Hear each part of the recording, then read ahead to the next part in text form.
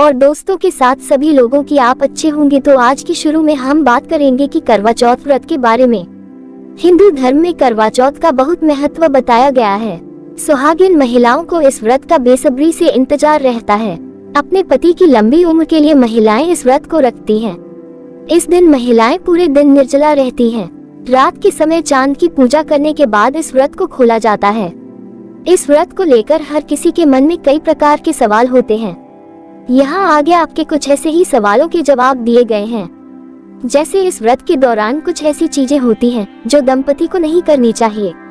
इससे वैवाहिक जीवन को नुकसान हो सकता है। धर्म के जानकारों का कहना है कि करवा चौथ व्रत के दिन दंपति को शारीरिक संबंध नहीं बनाने चाहिए। यहाँ तक कि इस प्रकार के विचार भी अपने दिमाग में नहीं आने देना चाहिए। इस प्रकार के कामों को व्रत में वर्जित माना गया है। हिंदू धर्म के ग्रंथों में ये भी लिखा गया है कि चाहे व्रत कोई भी हो, करवा चौथ, तीज या नवरात्रि का महापर्व, इन दिनों में किसी भी पुरुष या स्त्री का मन में गलत विचार रखना गलत होता है। इस खबर के माध्यम से जानते हैं कि करवा चौथ की रात पति पत्नी को कैसे रहने की सलाह दी जाती है।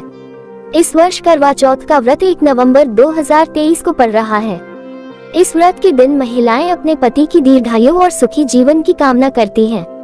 वहीं इस व्रत के दौरान पूरी स्वच्छता और पवित्रता का ध्यान रखा जाता है, क्योंकि यह व्रत भगवान गणपति को समर्पित होता है।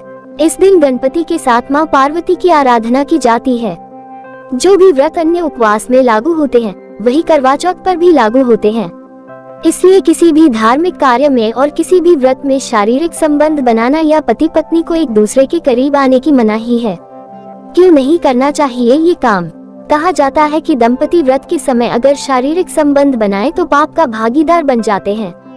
ऐसा करने पर व्रतियों का उपवास भंग हो जाता है, क्योंकि रात 12 बजे कर वही तारीख और वही दिन चलता है। ऐसा करने से गजानन नाराज हो सकते हैं। तो आप लोग समझ गए होंगे कि शारीरिक संबंध बनाना है, वह भी करवा चौथ के दिन, बिल्कुल भी सही नहीं है। करवा चौथ व्रत का पूर्ण रूप से लाभ प्राप्त करना चाहते हैं तो इन सभी उपाय को जरूर अपनाएं और अपने जीवन में एक नई खुशहाली जरूर ले। तो आपको यह वीडियो कैसा लगा हमें कमेंट करके भी जरूर बताएं और चैनल को लाइक, शेयर एंड सब्सक्राइब करना ना भूलें। धन्यवाद।